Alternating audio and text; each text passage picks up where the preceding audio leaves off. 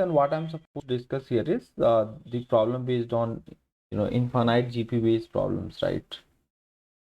Infinite GP based problems, right? Infinite GP based problems. Sometimes what happens when you start solving the question, right? In the question, while solving the question, you will find that there is a pattern of GP, right? Okay, so and I have told you the formula as well, how to compute GP. Okay, that formula you have to keep in mind. Okay, so yes, so please join fast so that we can continue the session properly, right? Yeah, fine. So infinite GP based problem, basically we'll see some question, right? And in the question, while solving the question, you will get to see some of the concept, right? Okay, and I think everybody can investigate independence, right? If there are events, right? So people can investigate independence, right? So in the last session, I talked about the concept of independence as well, right? So you have to remember what is that independence, right? Yeah. So there were different types of independence that you can understand, right? So fine.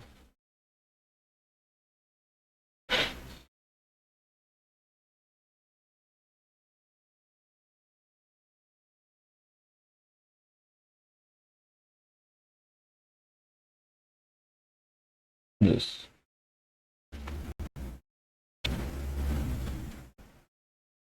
Okay. So see, when what will happen here is that how do we identify that this is an infinite GP based problem? In the question they will say that okay, you are tossing the coin, okay, until the head appears for the first time, right? This kind of statement you might get, okay, this kind of statement you might get. So you will be able to identify that yes, this is a concept where. So let me take one question, a very simple question I'm gonna take. Suppose and from the language itself you will be able to identify, right? So suppose we have got a six-phased pair die, okay, a six-phased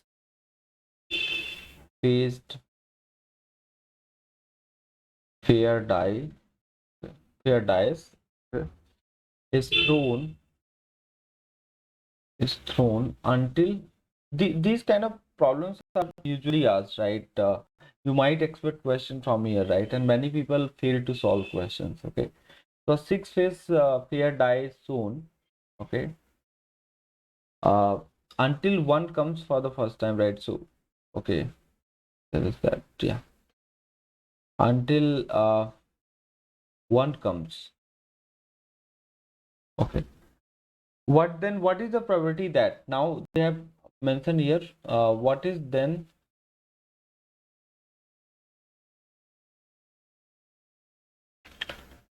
what is the probability that what is the probability that a six-phase pair dies soon until one comes? Then what is the probability that, okay, what is the probability that one comes in even number of trials, even number of, okay, even number of trials. So you see here from the language, from number of trials, okay. From the question, what we are able to identify here is there are six phased pair dice, okay, is shown until one comes. Then what is the probability that one comes in even number of trials, okay? So even number of trials. So you are able to identify this is a probability on G. Certainly somewhere down the line while solving the question you will find GP, ठीक है? तो ऐसे question लोग नहीं कर पाते हैं, and I've seen many students have been asking to me these kind of questions, and I also ensured that I did not cover this topic. So you cannot understand this. तो आपको समझना है. So phase 6 phase die means this is a good die, right? You can say. Okay. So what will happen here is that whenever this kind of situations are there, you have to make a cases, right? What is the favorable outcome first? So you can say favorable is nothing but even places में one आना चाहिए. One comes in the even number of trials, right? So my favorable is like, you know, even places. Okay. Let me draw the cases here so that you can understand on each throw. Okay, so on each throw there is some bug, I believe. Yeah. 1 minute. Fine. So the case number one. Case number one. You know, I always talk about cases, right? Okay. Case is very important, right? So that you can solve any kind of problem. So मान लो first में एक नहीं आया, one is not coming in first. You can say this is the first and this second. So first toss, first throw, one नहीं आया, second में आ गया, and that is favorable. Okay. Now case number two.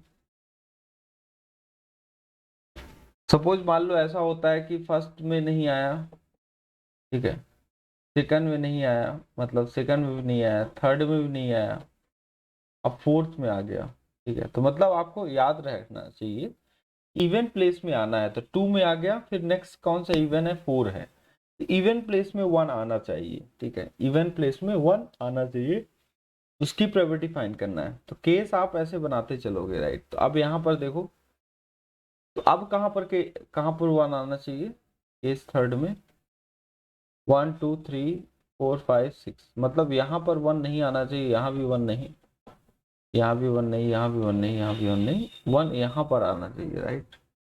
तो अब you keep on throwing the dice. Okay. और आप case बना सकते हो, तो बहुत सारे केसेस इसमें बनेंगे, राइट. देखो क्वेश्चन क्या दिया है, a 6 faced fair dice is सोन until 1 comes, then what is the probability that 1 comes in the even number of trials. ठीक है, इवन नंबर ऑफ ट्रायल्स में आपका 1 कब आएगा, ठीक है, दैट इज वेरी इंपॉर्टेंट. सो आप इंश्योर कर लो कि प्रोबेबिलिटी आपको फाइंड करना है जब 1 इवन प्लेस में आएगा, ठीक है. तो इसको हम बहुत सिंपल तरीके से कर रहे हैं, ऐसे प्रॉब्लम्स को हमें बहुत अच्छे तरीके से, ज्यादा इसमें स्ट्रेस नहीं लाना है, right. Okay, understood. I hope this makes sense to you. So case 1, case 2, case 3, right? This is very important. तो अब पहले की प्रोबेबिलिटी क्या हो जाएगी फर्स्ट की, अगर केस 1 की प्रोबेबिलिटी अगर देखा जाए, तो पहले की प्रोबेबिलिटी क्या होगी, फर्स्ट की probability, right. You can find out, right. So first की प्रोबेबिलिटी क्या हो जाएगी, देखो 1 ना आने की प्रोबेबिलिटी क्या होती है, देखो 1 आने की प्रोबेबिलिटी 1/6 होती है, 1 ना आने की प्रोबेबिलिटी 5/6, ठीक है, 1/6. इसमें क्या हो जाएगा, कितने बार 1 नहीं आ रहा है, that you have to write. मतलब यहाँ पर आप बोल सकते हो 5/6, there is some bug again. ठीक है, देखो कितने सिंपल तरीके से सॉल्व कर रहे हैं. 5/6 और यहाँ पर आ जाएगा 1/6, ठीक है, और यहाँ पर कितना है, 5/6 to the power 5 and 1/6, right. You can write and so on and so forth, right. ये आपको जीपी आता रहेगा, मतलब kind of GP only will get. Okay, now you can add them all the cases, please add it, right. तो probability जो भी आपको पूछना था उसका आ गया है 5/6 into 1/6 plus 5/6 cube 1/6 plus 5/6 to the power 5 1/6, right. देखो आंसर डायरेक्ट नहीं आ जाता. आप देखो मेन केस क्या है ना, हम लोगों के केस में क्या होता है कि we always think that okay let us get the answer just by looking at the question. नहीं आएगा, आपको ये चलाना पड़ेगा, थोड़ा सा ब्रेन तो चलाना पड़ेगा. I have told you the counting, right. So counting तो करना पड़ेगा. but most of us do not count it, right? Most of us do not count it, right? So please make sure that you keep counting. Okay, you keep counting. I hope this makes sense. So 5 by 6 into 1 by 6, 5 by 6 to the power 3, okay, and so on and so forth. Okay. Then 5 by 6 and again 1 by 6 is there. Okay, plus and so on. ठीक है, तो आप क्या करोगे यहाँ पर? You just see. Okay, so ये एक GP आपको मिल रहा है, right? GP is there. Okay, so you can see the you can see here what is the you know common ratio and what is the first term. So first term is nothing but 5 by 36, right? First term is 5 by 36 and the common ratio is nothing but 25 by, okay, like 1 a upon 1 minus r, right? So 25 by 36, right? Okay, I hope this makes sense. So you can say you will get 5 by 11, right? So answer will be 5 by 11. ठीक है, so मुझे ऐसा लगता है कि इस तरह question तो बहुत सिंपल है, बहुत सारे लोग छोड़ भी देते हैं, right? Okay, I hope this makes sense, right?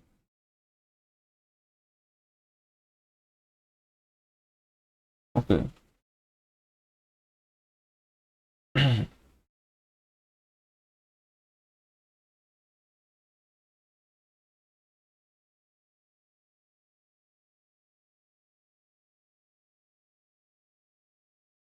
Understood. So let us take next question.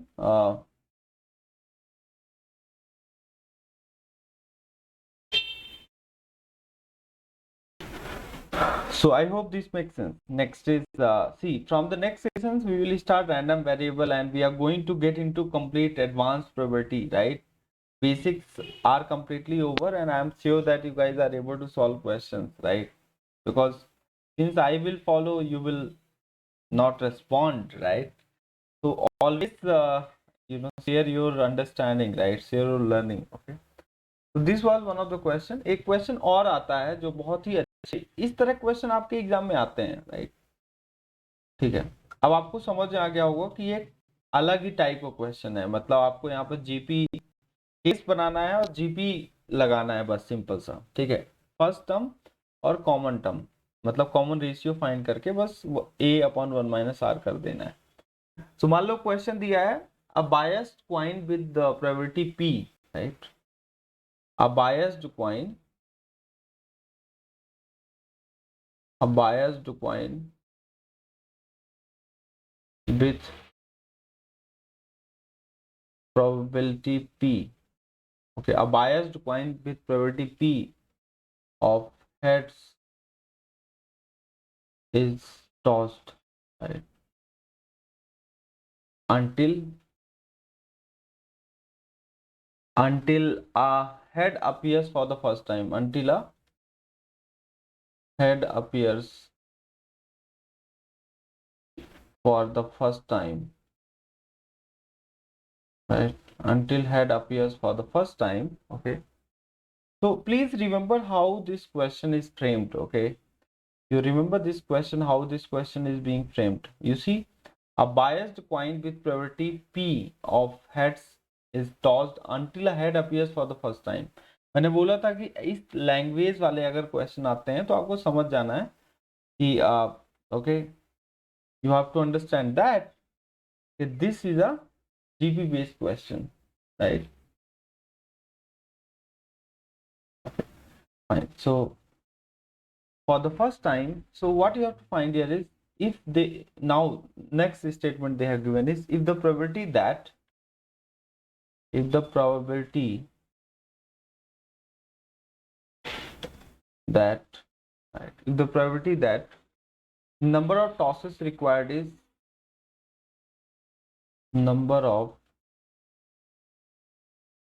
tosses required is even, okay, is even. Okay, so remember, if the probability that number of tosses required is even and the probability they have mentioned is 2/5, right, then the value of p they are asking, then p equals right. अब इस type के questions आते हैं तो लोग सोचते हैं कि बस वही, देखो हर क्वेश्चन में थोड़ा सा पैटर्न रहता है राइट। मैंने आपको बताया भी है कि बेस थ्योरम आएगा तो ये करना है, टोटल प्रोबेबिलिटी थ्योरम आएगा तो ये करना है राइट। तो आपको you have to identify what you have to do right. ऐसा नहीं है कि बस अब इसमें भी आप सोचने लगो कि सर बेस थ्योरम वाला कॉन्सेप्ट कैसे नहीं लग रहा है right.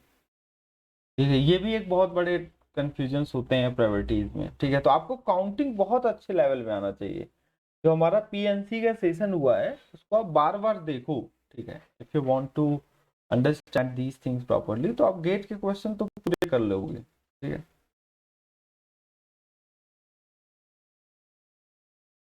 so a biased coin with probability p of heads is tossed until a head appears for the first time.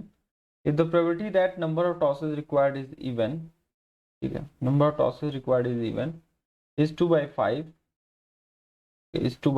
then p equals what? Okay, this is very good question that you have to keep in mind. Okay, so let us try to solve this question. Okay, so आप ऐसे समझ सकते हो कि a biased coin with probability p of heads is tossed, मतलब आप समझ सकते हो probability of getting head is p, तो probability of getting tail क्या हो जाएगा 1 minus p, और you can say probability of not getting head is 1 minus p. That you have to keep in mind, right? Now let us build a case, right? अब case आपको बनाना पड़ेगा, तो case बनाने में आपको दिक्कत नहीं आनी चाहिए। आपको लगेगा सर ये लेंदी प्रोसीजर है, ऐसा है वैसा है, लेंदी प्रोसीजर नहीं है। ठीक है, it's not a lengthy procedure, it's a good procedure, right? You have to do it. Okay, so आप क्या करोगे, खुश हैप्पी होकर के केस बना लो। ठीक है, तो केस नंबर 1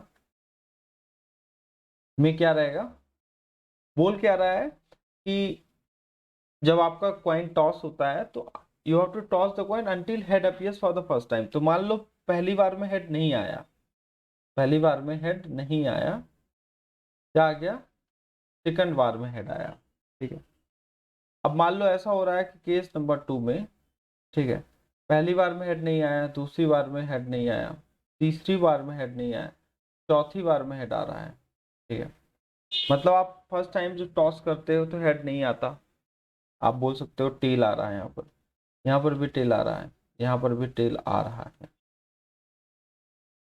ओके, तो फर्स्ट टाइम टॉस किया टेल आ गया, दूसरी बार किया टेल आ गया, तीसरी बार किया टेल आ गया, तो चौथी बार जब करेंगे तो हेड आएगा। ठीक है, ऐसा मान सकते हो। एंड केस नंबर 3 में क्या हो जाएगा, केस नंबर 3 में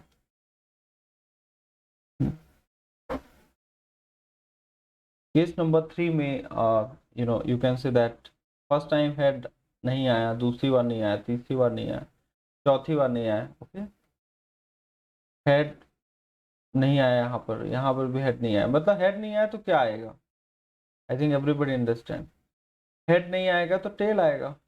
ठीक है, ये आपको समझना है हमेशा। ठीक है, it's a very important concept that you have to keep in mind. तो अब आपको लग रहा होगा सर ये कैसे आप लिख रहे हैं, मतलब 4 टाइम में आ रहा है, फिर आपका कब आएगा, 6 टाइम्स में आएगा राइट।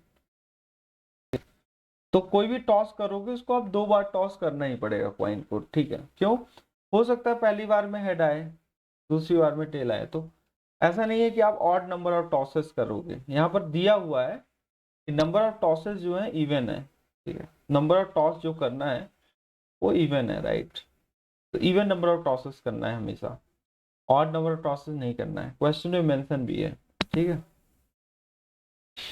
ये यहाँ पर लिखा हुआ है number of tosses required is even, तो टेल आया, हेड नहीं आया, यहाँ पर भी टेल आया, तो यहाँ पर भी, यहाँ हेड आ गया। ठीक है, एंड सो ऑन, बस हो गया। अब आप केस बना चुके हो, अब इसके बाद क्या करना है, पहले का केस है 1 minus P times P right, यहाँ पर क्या आ जाएगा 1 minus P to the power 3 P right, यहाँ पर कितना हो जाएगा 1 minus P to the power 5 times P. ये लो, मैं तो केस बना के आपको सब कुछ दे दिया हूँ, अब इसके आगे क्या करना है आपको, you have to add all the cases and you have to apply the GP, right. ठीक है, तो आप कर सकते हो आराम से ये चीज, राइट, मुझे ऐसा लगता है। ठीक है, तो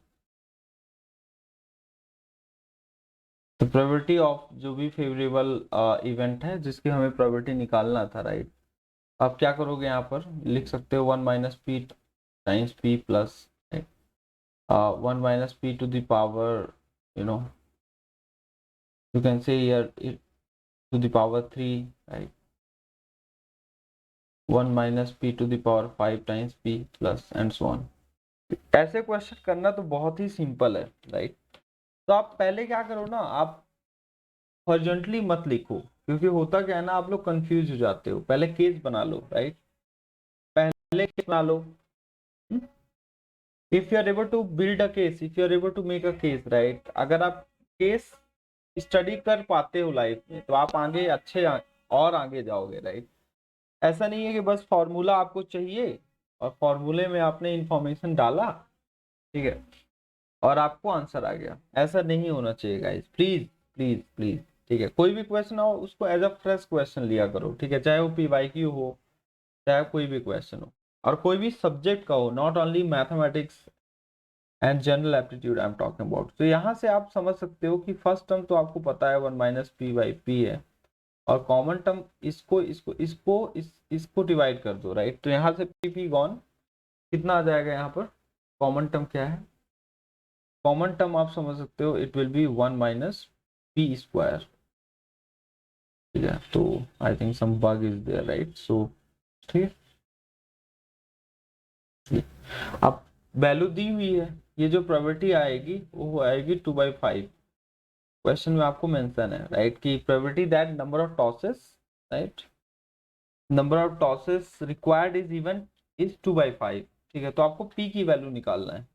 ये नंबर ऑफ टॉसेस जब दिया रहता है ना, आपको समझना है कि उतने नंबर ऑफ टॉस आपको करना है, मतलब उतने नंबर ऑफ कॉइन्स को आपको टॉस करना है। ठीक, तो ये बहुत इंपॉर्टेंट केस है। अब आप इसको सॉल्व कर लो अच्छे से, जो भी करना है, right.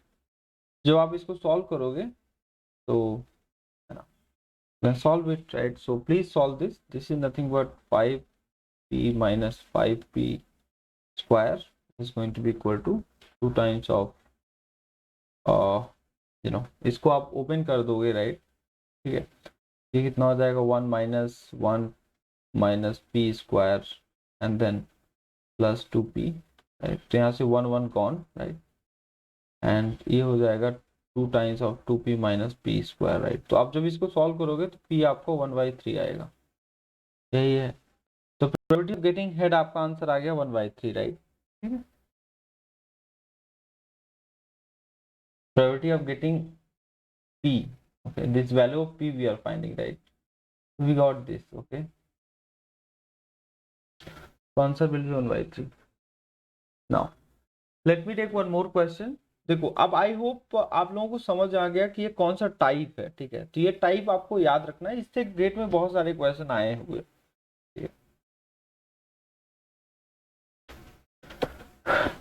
See it's a pure matter of counting, यहाँ कोई फॉर्मूला यूज नहीं हो रहा है। ठीक है, तो आपको रीड करना है question and you have to build a case, right, and then you have to solve it, तो आपका आंसर आ जाएगा। Next, so a dice is thrown, right, a dice is thrown, a dice is thrown until, जब ऐसे words आते हैं, कोई भी चीज अगर कोई एक्सपेरिमेंट किया जाता है उसमें लिख गया until ये आता है, until this comes, okay, until either a 4, either a 4 और 6 appears। ठीक है, तो आपको कीवर्ड्स भी ध्यान रखना है, कौन कौन से कीवर्ड्स आते हैं। ठीक है, तो कहां पर हमें क्या यूज करना चाहिए। So a dice is thrown until either a 4 or a 6 appears. Then find the probability that, what they are asking, they are asking this is the statement they have given. Now they are asking find the probability that okay probability that number 6 occurs before 4. अब आपको ये find करना है कि number 6 occur before 4, right? So a dice is thrown until either 4 or 6 appears, right? अब find the probability that number 6 occurs before 4, मतलब 4 से पहले 6 आ रहा है, ठीक है। ये तो बहुत अच्छा क्वेश्चन है। ओके, तो आप 5 केस बना सकते हो, यहाँ पर सारे केस बना लो, ठीक है। ओके, तो इसमें कुछ भी नहीं, ये भी जीपी बेस्ड क्वेश्चन है। बहुत सारे लोग तो सोचते रह जाएंगे सर इसमें करना क्या है। अब करना क्या है आपको मैंने बता दिया, इसमें क्या करना है। मान लो ऐसा है कि आपने डायस को थ्रो किया तो 6 आ गया, ठीक है। डायस को थ्रो किया तो 6 आ गया, राइट, अंडरस्टूड। तो समझना है कि 6 आ गया मतलब वो तो केस हो गया फिर, ठीक है। तो dice is thrown until either 4 और 6 अपीयर्स, मतलब चाहे 4 आए या 5 आए 6 आए, राइट। लेकिन हमें प्रोबेबिलिटी इसी फाइंड करना है, प्रोबेबिलिटी फाइंड करना है कि 6 पहले आना चाहिए, ठीक है। तो आप यहाँ केस बना लो, केस 1 में क्या रहेगा, पहली बार डायस को थ्रो किया तो 6 आ गया। अब हम जब केस 2 में क्या करेंगे, यहाँ पर नंबर ऑफ डायस को थ्रो कितने बार करना है ये नहीं दिया है आपको, बस ये बताया है कि जैसे ही 6 आ जाता है तो मतलब मान लो ऐसा हो रहा है कि जब आप थ्रो करते हो डायस तो पहले 4 आ गया, ओके 4 आ गया। मान लो जब आप थ्रो करते हो तो कुछ नहीं आया, 4 भी नहीं आया, 6 भी नहीं आया, ऐसा भी हो सकता है। अगर 6 आ गया, स्टॉप द प्रोसेस, 4 आ गया, stop the process, right, stop throwing the dice, ठीक है। That you have to keep in mind, okay. तो ऐसा हो सकता है, मान लो first time you have thrown it तो 4 भी नहीं आया, 6 भी नहीं आया, तो क्या आया फिर, अदर देन 4 एंड 6, 1 2 3 ये सब आ गया, 5 आ गया, ठीक है। फिर अब यहाँ 6 आ गया, राइट। नेक्स्ट केस में क्या है, पहली बार थ्रो किया तो कुछ नहीं आया, 4 नहीं आया, 6 नहीं आया, ठीक है। दूसरी बार करोगे यहाँ पर तो 4 नहीं आया, 6 नहीं आया, तीसरी बार में 6 आ गया, तो मतलब 6 आना पहले चाहिए, ठीक है। 6 पहले आना चाहिए, याद रखना, ठीक है। It's a very simple process and ये कंटिन्यू रहेगा, ये सिलसिला कंटिन्यू रहेगा। यहाँ पर कितने बार थ्रो करना है ये नहीं मेंशन है, ठीक है। पहले थ्रो में 6 आ गया मान लो, केस 2 में पहले में नहीं आया, दूसरे में भी नहीं आया, मतलब जब आप फर्स्ट टाइम देखते हो तो 4 6 नहीं आया, 6 आया, राइट। सेकंड में आया, थर्ड में आया, and so on and so forth, right. So आप बोल सकते हो यहाँ पर कि पहले का क्या हो जाएगा कि 1/6 होती है प्रोबेबिलिटी, इसकी कितनी होती है, देखो आपको पता होना चाहिए कि 6 की तो प्रोबेबिलिटी 1/6 होती है, राइट। लेकिन ये दो नहीं आएंगे, मतलब 4/6 and 6/6, these two are not coming in case, okay, that you have to always keep in mind, right। तो क्या आ रहा है, तो 4 others are coming, so you can say that 4/6, right। तो 4/6 into 1/6, इसमें कितना हो जाएगा, 4/6 का स्क्वायर 1/6, राइट। तो ये kind of GP you will be getting, right, and so on. तो आप यहाँ लिख सकते हो सारे केसेस प्रोबेबिलिटी, ठीक है। तो पहले में 1/6 आ गया प्लस 4/6, 4/6 और 1/6 प्लस 4/6 होल स्क्वायर 1/6, ओके। मान लो 4 और 6 नहीं आ रहा है, क्या आएगा, नो 1 2 3 4, 1 1 2 3 5, उनके आने की प्रोबेबिलिटी क्या होगी, उनके आने की प्रोबेबिलिटी क्या होगी, दैट विल बी 4/6, ठीक है। आई होप दिस मेक सेंस, ठीक है। तो ये आपका सिचुएशन आ जाता है। अब इसको सॉल्व करना है तो आई थिंक कोई भी कर सकता है, ठीक है। तो अगर आपको सॉल्व करना है तो ये तो कोई भी कर सकता है। तो फर्स्ट टर्म यहाँ पर कितना है, 1/6, 1 माइनस कॉमन कितना है, तो 4/6 है कॉमन, राइट। तो आंसर 1/2 आएगा, यही आंसर है। तो इसमें कुछ नया नहीं है, ठीक है। आपको बस इतना सोचना है कि जब आप डायस को थ्रो करते हो तो 6 मान लो आ गया पहले केस में, फिर सेकंड में ऐसा होता है कि नहीं आया, 4 भी नहीं आया, 6 भी नहीं आया, फिर सेकंड में आ रहा, थर्ड में, ऐसे कंटिन्यू आप करते रहो अनटिल यू गेट 4 और 6 इधर, राइट। ठीक है, ये बहुत इंपॉर्टेंट क्वेश्चन है। अब एक क्वेश्चन और करते हैं, ठीक है। तो आपको ये क्वेश्चन सॉल्व करके एक बेसिक अंडरस्टैंडिंग डेवलप कर लेना है, राइट। क्योंकि आगे हम लोग बायनोमियल डिस्ट्रीब्यूशन भी पढ़ेंगे, ठीक है। तो वहां पर भी ऐसे ही कॉन्सेप्ट आएंगे, राइट। बहुत सारे कॉन्सेप्ट होते हैं जहां पर हमें बेसिक काउंटिंग की जरूरत है। तो ये बेसिक काउंटिंग के बेस्ड में क्वेश्चंस हैं, राइट। जो भी basic counting we have seen, और कुछ भी नहीं है। Now next question is going to be a pair of unbiased dice, a pair of unbiased dice, a pair of unbiased dice are ruled। तो यहाँ पर अनबायस्ड जो है डायस जो है अनबायस्ड है, right, are rolled together. A pair of unbiased dice rolled together till a sum of, देखो ये क्वेश्चन फिर से आ गया, till a sum of either 5 और 7 is obtained।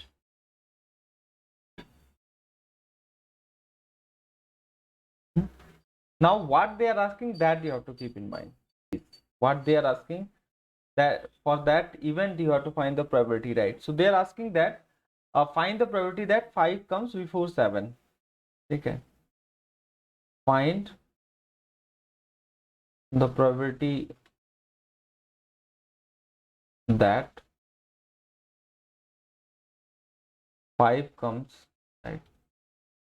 याद रखना 5 comes before 7। ये बहुत ही अच्छा क्वेश्चन है, मुझे नहीं लगता कोई सॉल्व ना कर पाएगा। अब इतने सारे क्वेश्चंस मैंने करवा दिए हैं कि आप सारे क्वेश्चन कर पाओगे, राइट।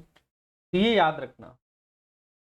तो pair of unbiased dice are rolled together till a sum of either 5 or 7 is obtained। Find the probability that 5 comes before 7। ठीक है, तो इसको आप जल्दी से कर लो, इसमें क्या है। तो सम 5 पहले आना चाहिए सम 7 के। तो मान लो ऐसा होता है, और कब तक हमें पेयर ऑफ अनबायस्ड डायस को रोल करना है, जब तक कि आपका सम ऑफ इधर 5 और 7 आता है, ओके। तो मान लो केस 1 मैं बनाता हूं, जब भी ऐसे क्वेश्चंस आएंगे गाइस, केस 1 केस 2 आपको बनाते चलना है, ठीक है, एंड सो ऑन। तो यहाँ तो बहुत सारे केसेस आने वाले हैं, ठीक है। डायस में आपको चेक करना है बार बार थ्रू कर। मान लो 5 आ गया, लाइफ इज ओके, राइट। तो 5 पहले आना चाहिए, ये इंश्योर करना। तो हमें 5 make sure, you just make sure 5 आ गया, तो 7 आए ना आए उससे मतलब नहीं है, राइट। 5 आ जाना चाहिए बस, ठीक है। तो बहुत सिंपल क्वेश्चन है। तो मान लो ऐसा है कि 5 आ गया, फाइन। सेकंड में क्या है, 5 नहीं आया, 7 नहीं आया। सेकंड में क्या है, 5 आ गया, यहाँ पर भी 5 नहीं आया, राइट। यहाँ पर 5 आ गया, आप ऐसा सोच सकते हो, ठीक है। तो ये 3 केसेस आपके बन जाएंगे। यहाँ पर 5 नहीं आया, 7 नहीं आया, 5 नहीं आया, 7 नहीं आया, ठीक है। अगर 5 आ जाता है तो बहुत अच्छी बात है। तो 5 और 7 आना चाहिए जब आप डायस को रूल करते हो, लेकिन प्रोबेबिलिटी किसकी फाइंड करना है, 5 पहले आना चाहिए, बस हो गया खत्म। तो 5 आ जाएगा, तो 7 आए या ना आए उससे कोई मतलब नहीं, ठीक है। तो इसकी प्रोबेबिलिटी क्या है, 5 के आने की प्रोबेबिलिटी क्या है, अगर आप 2 डायस को थ्रू करते हो, ये 5 जो है ये सम है, याद रखना। तो मैंने आपको बताया था कि सम 5 आने की प्रोबेबिलिटी क्या होती है, तो आप सीधा सीधा याद रखो कि ये 2 3 4 5 6 है,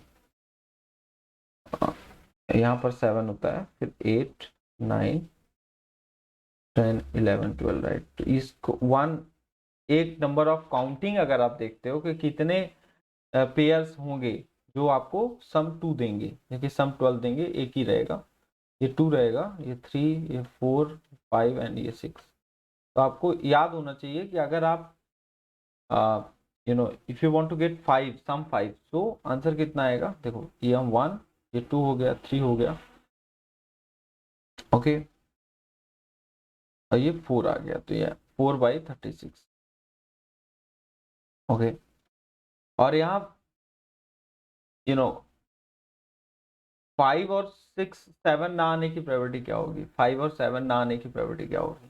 तो ये बेसिक चीजें आपको याद होनी चाहिए तो मैंने बताई, how to count quickly, right.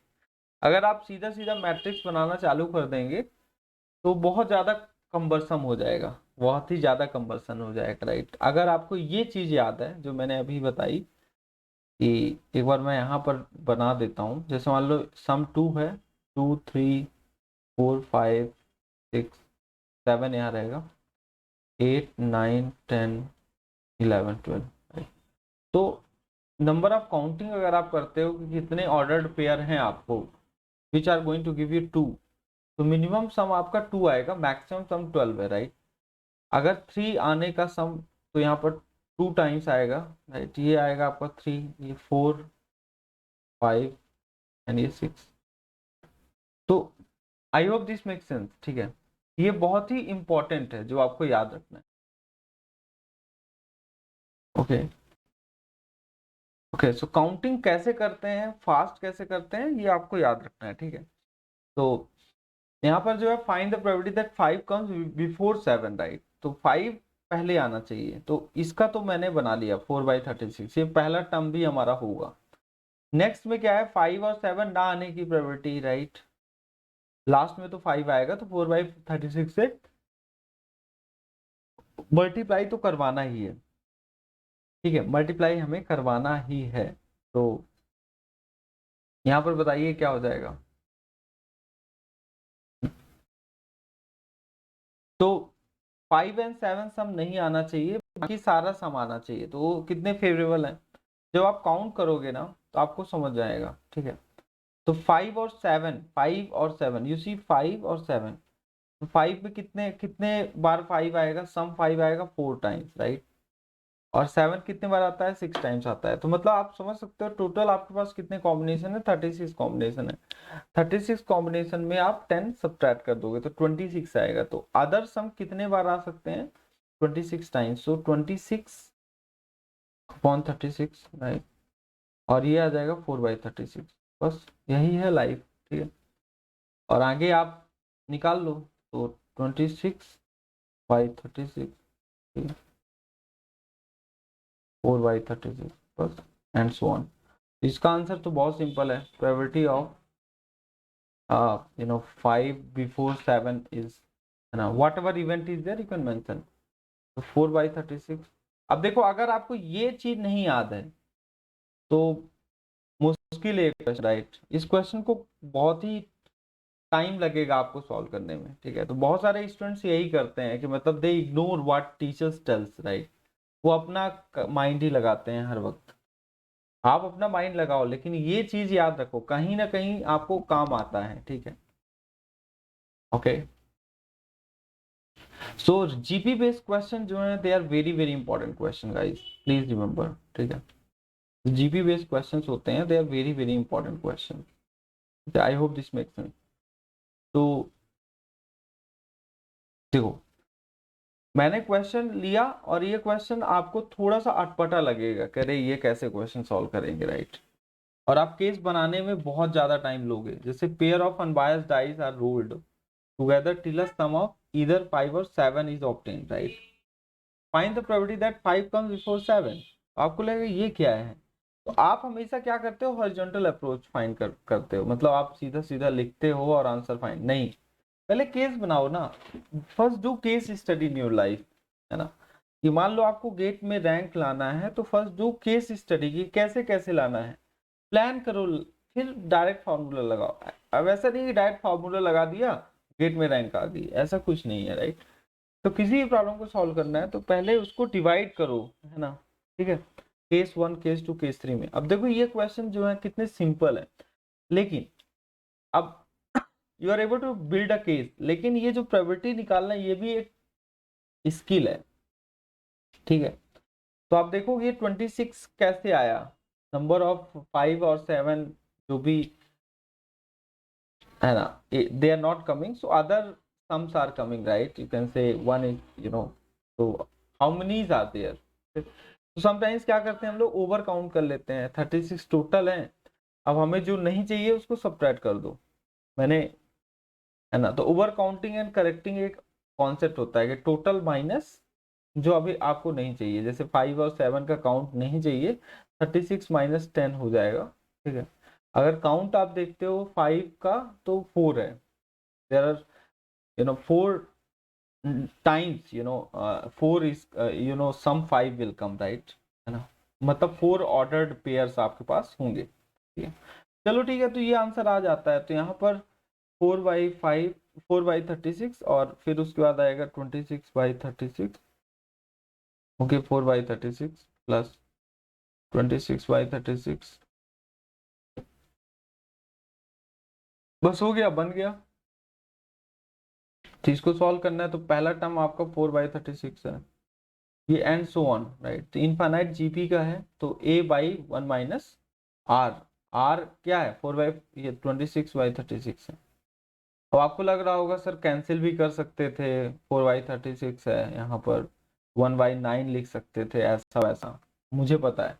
देखो ईज ऑफ कैलकुलेशन के लिए आई एम नॉट कैंसलिंग, क्योंकि यहाँ पर देखो डिनोमिनेटर्स में 36 है, तो that is very simple to understand, right. इसका आंसर सीधा सीधा आ रहा है 4/what, 4/10, ठीक है, 2/5 आ जाएगा, ठीक है। 2/5 आप समझ सकते हो, लिख सकते हो इसको 0.4 आंसर। देखो इतना अच्छा क्वेश्चन है और आंसर 0.4 आ रहा है, तो ये तो बहुत ही इजी क्वेश्चन है, ठीक है। तो ये एक वैरायटी ऑफ क्वेश्चन आपके एग्जाम में आ सकता है, ठीक है। Okay, so how many of you are live right now? Please respond in chat box and let me know if you have understood ये सारी चीजें। कितने लोगों को समझ में आ गया पहले बताओ एक बार। I think there are people who are live, okay, so they can just write in the chat, okay, hello or something, yeah, so that I can understand who is live. The people who will come live, I will be taking care of them separately as well, as you know, ठीक है।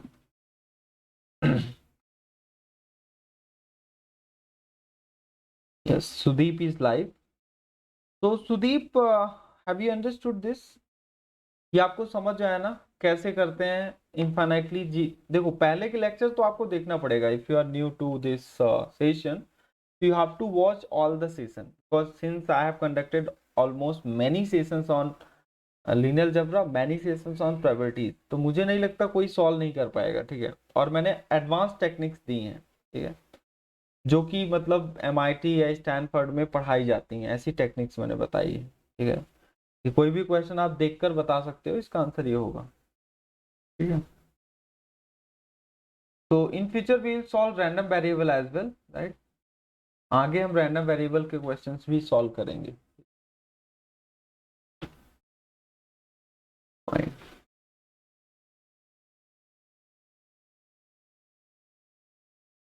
तो आप लोग advance level के question solve कर सकते हो, JEE advance के, right. So JEE advance question will help you understand everything, ठीक है।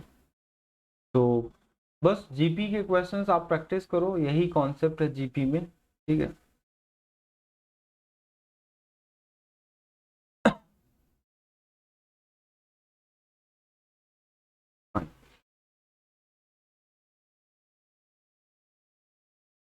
Sudeep is saying right now I'm watching linear algebra video. Maybe right now it is hard Yeah, it might be hard, yes.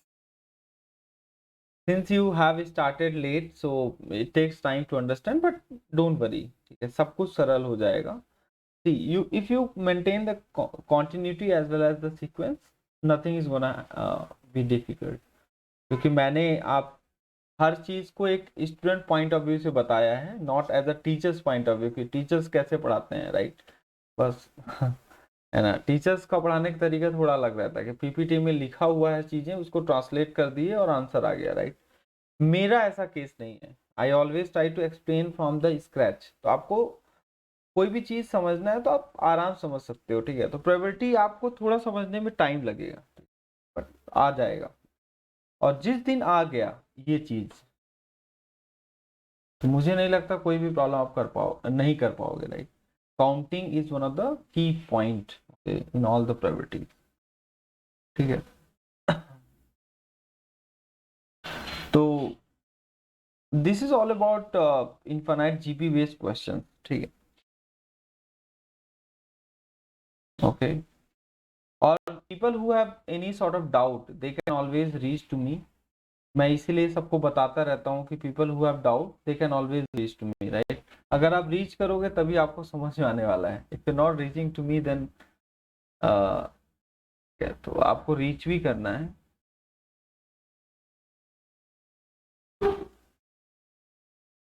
ठीक है.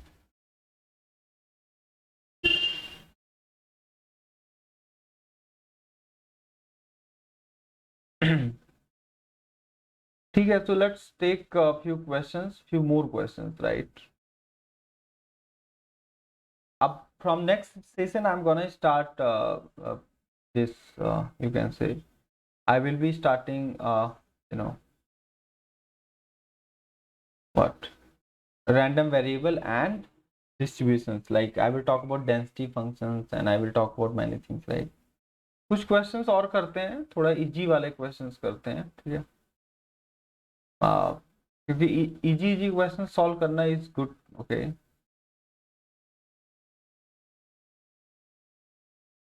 ठीक है. Let me find some questions, a very good questions. Okay.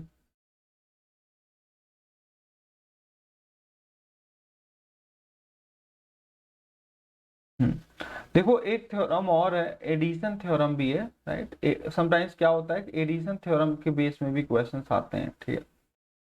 तो हम लोग addition theorem तो पहले भी देख चुके हैं, ठीक है.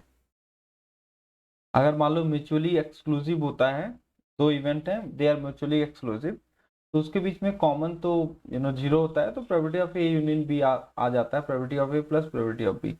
मान लो आपके पास एक क्वेश्चन ऐसा आता है, इस तरह क्वेश्चन आते हैं और most of the student do not able to solve this. so 4 persons can hit a correct. Okay, 4 person can hit a target. Okay, correct with probability. Okay, with probability. So they have given here that if 4 persons are there, they shoot a target, right, and they hit correct target. ठीक है. ये US में लोग करते हैं, मेरे बहुत सारे सीनियर्स हैं. they go to outside, okay, somewhere where nobody is there, right, in some mountain and all, and then they take a gun and they shoot. Okay, in India it is not possible, right. ठीक है. तो sometimes they update on Instagram and all, so I like to see these things. Okay, so that gets everyone get excited कि हाँ, one day you will also shoot it, right. So 4 persons can hit a target correct with probability 1/2. ठीक है. पहला बंदा जो है वो he is going to hit the target with probability 1/2, 1/3, 1/4 and 1/8. ठीक है. Okay. Now the question is what? Now they are saying that if all hit at the target independently, if all hit the target independently,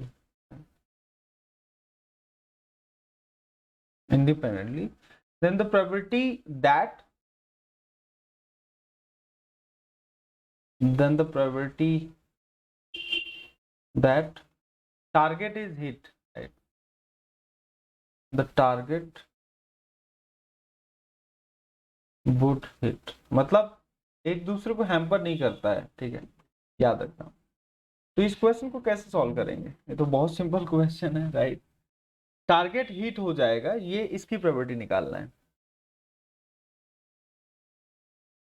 target hit हो जाएगा की probability निकालना है, ठीक है। Then the target would be hit, you can say would be hit।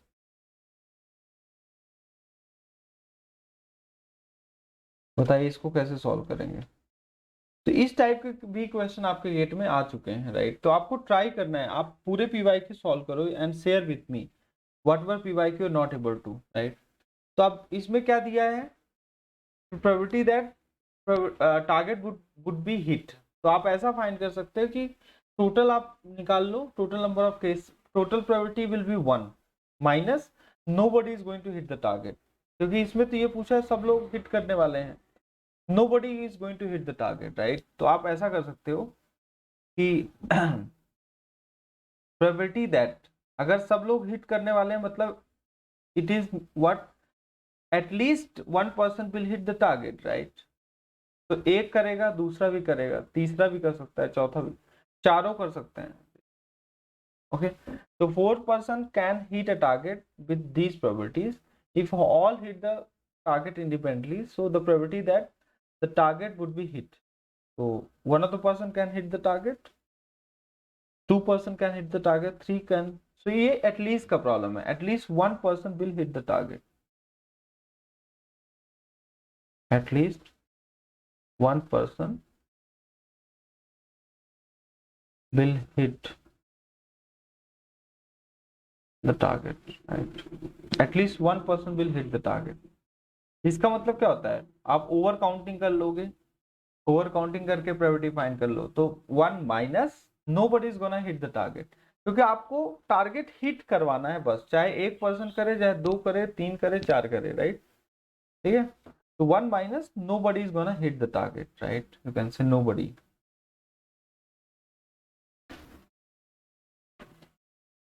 Hits target, ठीक है। तो 1 माइनस, आप नॉट हिटिंग द टारगेट क्या होगा? ये हिटिंग टारगेट है प्रोबेबिलिटी, तो 1/2 है, तो ये 1/2 ही रहेगा। 1/3 का मतलब क्या होता है? 2/3, है ना? ये 3/4 और ये 7/8, बस मल्टीप्लाई कर दो, आंसर आ गया। ओके, तो इसका आंसर कितना आ जाएगा? Okay, I think this is clear. So 1 minus 7/32। ये बहुत ही अच्छा क्वेश्चन था, okay. I think this kind of question you can do it, right? तो आपको कभी कभी समझना है कि क्या करना चाहिए, ठीक है? ऐसा नहीं है कि बस सर बेस थ्योरम क्यों नहीं लग रहा है। देखो, हर जगह का एक सिनारियो है, मैंने आपको बताया कि ये क्वेश्चन है, ऐसा सोचना है, so that you can get the answer quickly, right? तो ये क्वेश्चन इस टाइप के आते हैं, अगर कि अगर टॉसेस, मतलब अगर आप किसी भी टारगेट को हिट करते हो, है ना, उनकी प्रोबेबिलिटीज गिवन है, राइट? ठीक है, तो आप आराम से कर सकते हो। अब देखो यहाँ पर एडिशन थ्योरम है प्रोबेबिलिटी का, ठीक है, that we let us see addition theorem on probability, right? ये आज का लास्ट टॉपिक है, ठीक है। और याद रखना कि आगे चल के हम लोग रैंडम वेरिएबल, ये सारी चीजें स्टार्ट करेंगे। तो बेसिक आपका ओवर है, अब आप क्वेश्चन सॉल्व करो, डिफरेंट टाइप्स के क्वेश्चन सॉल्व करो, है ना, आपको एक्सपीरियंस मिलेगा। लेकिन most of the concept I have covered, right? Addition on probability, addition theorem on probability. तो मान लो ऐसा है कि दो इवेंट हैं जो एसोसिएटेड हैं किसी भी, आप ऐसा मान सकते हो कि मान लो कोई भी एक एक्सपेरिमेंट है जिसका सैंपल स्पेस ये है, राइट? और यहाँ पर दो ऐसे there are two events A and B are there. There are two events A and B, ठीक है? They are associated. So what you can do here is, अब यहाँ पर क्या होगा कि in the question they might ask what is the probability of A union B. इस A union B का मतलब क्या होता है, कब आप आइडेंटिफाई करोगे कि in the question they are asking probability of A union B. आपसे कब पूछा जा रहा है probability of A intersection B, right. ये आइडेंटिफाई करना जरूरी है, ठीक है। अगर आप ये आइडेंटिफाई कर पाते हो क्वेश्चन में तो आपकी लाइफ ज्यादा सिंपल है, राइट, ठीक है। ओके, तो ये आपको पता होना चाहिए। प्रोबेबिलिटी ऑफ ए आपको पता है कि ये प्रोबेबिलिटी है ऑकरेंस ऑफ ए की, है ना।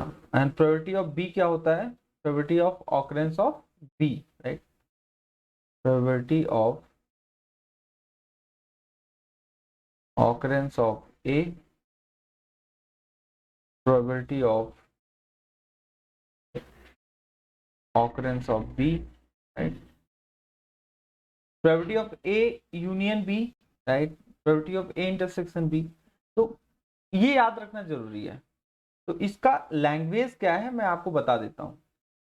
ए यूनियन बी का मतलब होता है occurrence of an event of at least, you can say occurrence of, probability of occurrence of at least one event, क्या वन इवेंट ऑकर होने की probability, at least one. A union B मतलब होता है at least one of the event is going to happen, ठीक है। At least one of the event, like you can say probability of A और probability of B. आप कर दिए, अगर कॉमन है उसको सब्ट्रैक्ट करना पड़ेगा, क्यों, क्योंकि you are over counting, you are also two time double counting sometimes you are doing. तो मैंने आपको मतलब आपको ये याद रखना है, ये एक स्ट्रेटजी होता है कि sometimes you do over counting and then you correct it. मतलब जो डुप्लीकेट्स हैं, अगर आप कहीं डबल काउंटिंग कर दिए उसको सब्ट्रैक्ट कर दो, ठीक है। तो इसका क्या मतलब होता है याद रखना, ये लैंग्वेज बहुत इंपॉर्टेंट है। ए यूनियन बी का मतलब होता है कि probability of occurrence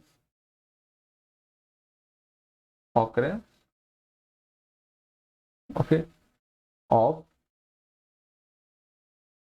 at least one event, या एटलीस्ट वन इवेंट, ठीक है, एटलीस्ट वन इवेंट। और ए इंटरसेक्शन बी का मतलब होता है क्या, probability of occurrence of, you know, that is very important, occurrence of both A and B, right, both A and B, ठीक है। आई थिंक क्लियर है। तो ए यूनियन बी के केस में ही थोड़ा कंफ्यूजन होता था, तो आप समझ आ गया होगा, राइट। तो एडिशन थ्योरम क्या बोलता है कि अगर आप probability of A union B निकालते हो, मतलब at least one of the event should occur, right, उसकी प्रोबेबिलिटी क्या होगी। तो आप बोल सकते हो कि प्रोबेबिलिटी पहला इवेंट ऑकर हो और सेकंड इवेंट ऑकर हो माइनस प्रोबेबिलिटी ऑफ ए, अगर दोनों इवेंट ऑकर होते हैं उनको सब्ट्रैक्ट करना पड़ेगा। और मान लो डिसजॉइंट इवेंट्स हैं, अगर ए और बी डिसजॉइंट इवेंट है, ये तो जीरो हो जाएगा for disjoint event. I think I have talked about this, ठीक है। ये क्या हो जाएगा, probability of A plus probability of B, simple, you have to just add two, okay, two occurrence of the event, simple, ठीक है। तो you have to remember this, okay. अब देखो एक इसमें बहुत सारे केसेस हैं, right, that you have to also understand. तो पहला क्या है आपका, पहला, ठीक है, कि मान लो probability, they are asking probability of at least one event will occur, one event will occur. जब भी ऐसा आएगा कि at least one event will occur, मतलब क्या है, what they are asking, they are asking A union B, at least one event will occur, ठीक है। तो ये आइडेंटिफाई करना है क्वेश्चन में, at least one event will occur, ठीक है। तो A union B you have to find, okay, understood. So A union B मैंने आपको बता दिया, सिंपल सा formula, probability of A plus probability of B, right, minus probability of A intersection B, okay, that you have to keep in mind. अब second में क्या है, एक सेकंड होता है, देखो सेकंड पॉइंट, मान लो क्वेश्चन में पूछता है probability of exactly one event will occur, exactly one event will occur? ये तो अच्छा क्वेश्चन है।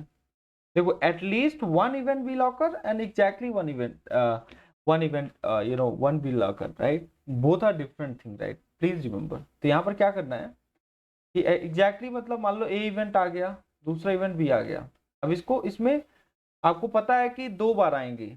जब आप एग्जैक्टली ए इवेंट फाइंड करते हो तो उसमें कॉमन पार्ट बी के साथ है, जब आप बी करोगे तो उसमें भी कॉमन पार्ट ए के साथ है, तो 2 टाइम्स आपको सब्ट्रैक्ट करना पड़ेगा। 2 times probability of A union B, intersection B, sorry, ये आ जाता है at exactly one of the event has to occur, right? अब मान लो ऐसा क्वेश्चन आता है कि probability that only A occurs, only A occurs. Only A occur मतलब प्रोबेबिलिटी ऑफ ए आना चाहिए, right? Probability of occurrence of A आना चाहिए ना। तो ये तो आप समझ सकते हो ओवर काउंटिंग आपने कर दिया। क्यों? क्योंकि something common can be there अगर डिसजॉइंट इवेंट नहीं है तो। अगर they are disjoint event fine, if they are mutually exclusive fine, but if they are not disjoint so आपको सब्ट्रैक्ट करना पड़ेगा इसको, probability of A intersection B के साथ, ठीक है? Okay, so I think this is clear for all, right? ये याद रखना। तो अगर म्यूचुअली एक्सक्लूसिव है, राइट, और mutually you can say they are exhaustive as well, तो मैं यहाँ पर स्पेशल केस रख देता हूँ। यू कैन से some important note.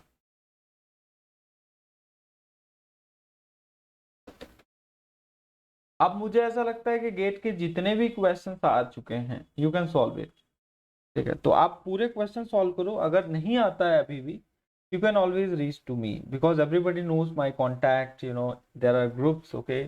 You guys can reach to me and you can clear your doubts, okay? तो अगर आप अपना डाउट क्लियर करोगे तो बहुत ही अच्छा है, नहीं क्लियर करोगे तो बहुत ही खराब है, ठीक है? आई वुड नॉट से अच्छा है, ठीक है? तो आपको you should follow somebody, right? ठीक है? You see, I am teaching also sometimes in Hindi, pure Hindi. क्यों? क्योंकि मुझे पता है कि नहीं, अगर इंग्लिश में समझ आता तो हिंदी में तो आने वाला है, लेकिन कुछ टॉपिक ऐसे होते हैं जो इंग्लिश में समझाने में मजा दूसरा है। जैसे मैंने बेस थ्योरम आपको बताया था, क्योंकि वो फ्यूचर में मशीन लर्निंग में काम आने वाला है, ठीक है? प्रेडिक्शन करने में काम आएगा।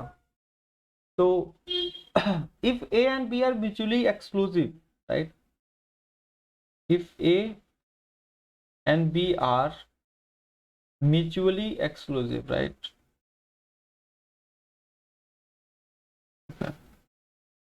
तो यहाँ पर क्या होगा, P A intersection B is going to be 0, बस। तो यहाँ आपका एडिशन थ्योरम जो था, मतलब at least one of the event is gonna occur, वो रिड्यूस हो जाएगा probability of A plus probability of B में। तो आप बोलोगे अरे सर बहुत सिंपल है, ठीक है? तो बेसिक एक्जियोम्स जो आपको मैंने बताया था उसी से रिलेट कर रहा है ये, ठीक है? ओके, तो I think this is clear. और मान लो एग्जॉस्टिव इवेंट्स है, मतलब सारे पॉसिबल इवेंट्स वहां पर हैं, तो ऑलवेज याद रखना सेकंड में, if A and B are exhaustive events, ठीक है? तो आपको मैंने बताया था कि ए यूनियन बी कितना हो जाएगा, 1 आएगा, बस खत्म। ये सब याद रखना। अब एक क्वेश्चन करते हैं फास्ट, तो समझ जाएगा, ठीक है? बहुत ही सिंपल है, ओके? मान लो ऐसा क्वेश्चन है, एक क्वेश्चन ले लेते हैं, then we will wind up the session. आप लोग अपने से ट्राई करोगे,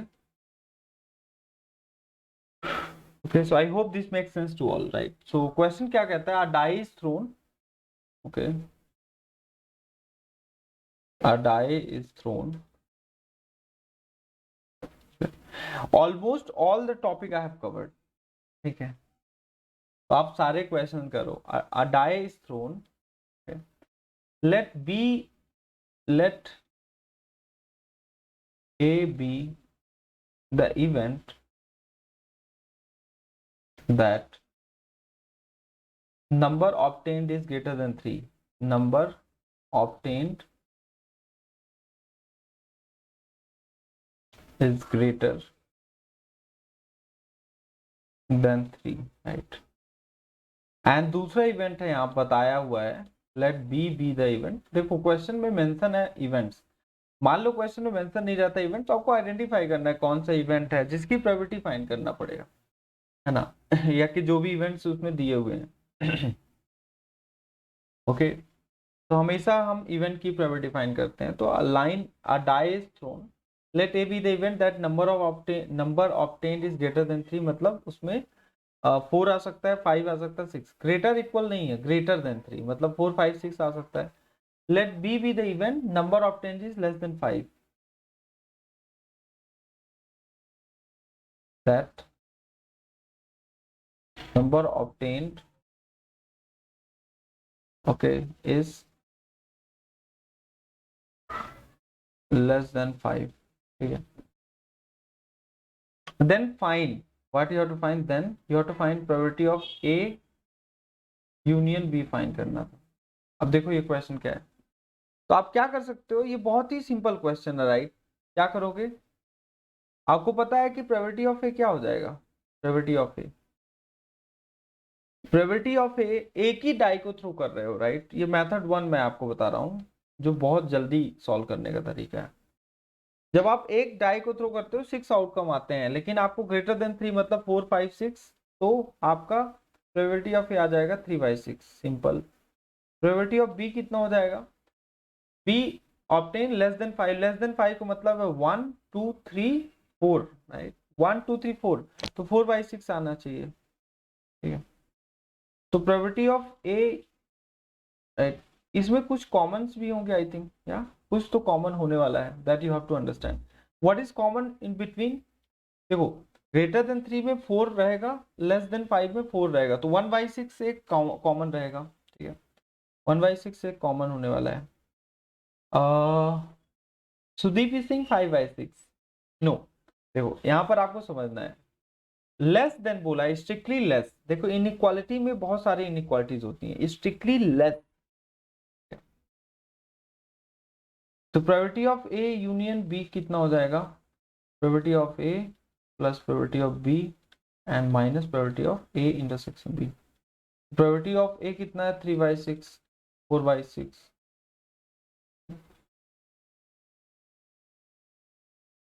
माइनस 1/6, तो ये 7 माइनस 1, राइट, दैट इज 6/6। तो एग्जॉस्टिव है गाइस, ये तो एग्जॉस्टिव है ना, ये तो एग्जॉस्टिव इवेंट है, आंसर 1 होगा, ठीक है।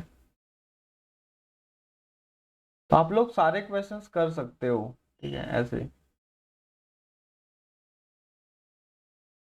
ओके। तो कभी कभी 3 इवेंट्स भी रहेंगे, कभी कभी ऐसा भी रहेगा 3 इवेंट्स आर देयर। आपका ये सेट है, और हम इवेंट्स को हम वेन डायग्राम से शो करते हैं, एक इवेंट ये हो गया, एक इवेंट ये है ना। तो ए बी सी, राइट, ठीक है। तो कभी कभी ऐसा भी आ सकता है कि probability of A union B union C कितना होगा, at least one of the events are going to occur, right. Probability of A plus probability of B plus probability of C, right. आप ऐसे सोच सकते हो कि you have done counting, right, उनकी probability आपने फाइंड कर लिया, लेकिन जो कॉमन है उनको आपको रिमूव करना पड़ेगा, ठीक है। मतलब दो के बीच में जो common, two times you have done, so probability of A, probability of B intersection C, probability of, you know, A intersection C, right? But you have to add also probability of A, B, C, A. तीनों question जो common है उसको आपको लेना है एक बार, one time you take, right. तो ये देखो, ये है ना, तो इस बेस में भी क्वेश्चन आपके एग्जाम में आ सकते हैं। और if they are mutually exclusive, सब कुछ रिमूव कर दो, बस ए बी सी रहेगा, है ना। Probability of A, probability of B, probability of C, ठीक है।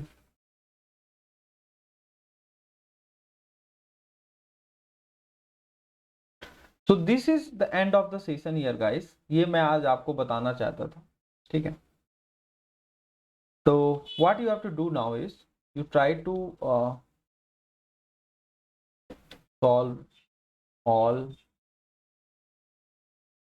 Stream PYQ, okay, this is your first job, and second job is you can try JEE